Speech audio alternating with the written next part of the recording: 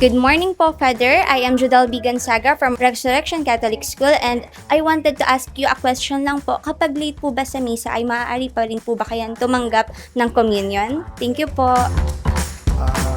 Alam niyo ito sa ganang akin lang Ito ang aking personal na siguro maipapayo, no? Sa tingin ko case to case basis 'yan, no? Kunwari, talagang ginawa mo ang lahat dahil gusto mong makasimba, gusto mong matanggap ang komunyon, pero na-late ka. Pag ito ay pag ito ay weekdays kasi weekdays kakaunti ang misa eh. Halimbawa sa parokya nyo, isa lang ang misa. Pagkatapos, ginawa mo namang lahat para makasimba ka at makatanggap ng komunyon, na-late ka. Sa tingin ko, may intindihan naman ng Diyos kasi ginawa mo namang lahat di ba?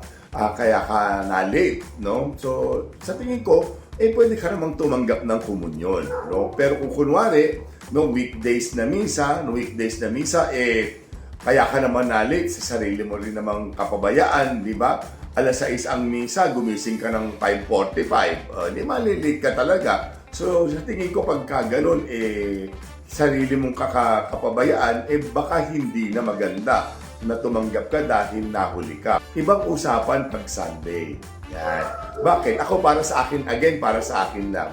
Kasi, pag Sunday, wala kang rason para malate. Bakit? Halimbawa sa St. Peter, ang misa dito, 6, 7, 8, 9, 10, 11, 12, 1, 2, 3, 4, 5, 6, 7, 8, 9. Na? Wala ka nang nasunod para mali. Kung kunwari, magsisimba ka ng alas 8, tapos, sige, ginawa mo lahat, na lahat. Na-late ka pa rin, dumating ka 8:10. Di magsimba ka na ng alas 9 para hindi ka late. No?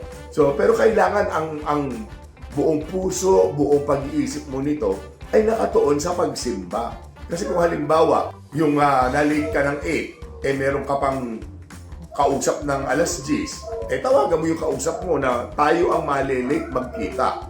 No, malilate na kitang tagpuin kasi magsisimba muna ako ng alas 9 dahil na-late kang dumating no alas 8. Ang priority mo dapat yung pagsimba, lalo't ito ay linggo. Minsan lang naman sa isang linggo ang Sunday. Tapos late ka pa magsisimba, di ba? Ibigay mo na kay Lord ang linggo, di ba? Sana minsan ka na nga magsisimba, linggo na nga lang, ibigay mo na yung buong oras sa Kanya. No, ibalato mo na. Total, napakabuti ng Panginoon sa'yo. Lahat ng biyaya pinagkakaloob niya sa'yo. Pag Sunday naman, buuin mo na ang pagdalo sa banal na misa. Sana ako po ay nakatulong sa katanungan. At kung may iba pa kayong tanong, sabihin lang po ninyo sa mga comments ninyo dito sa Ask Father.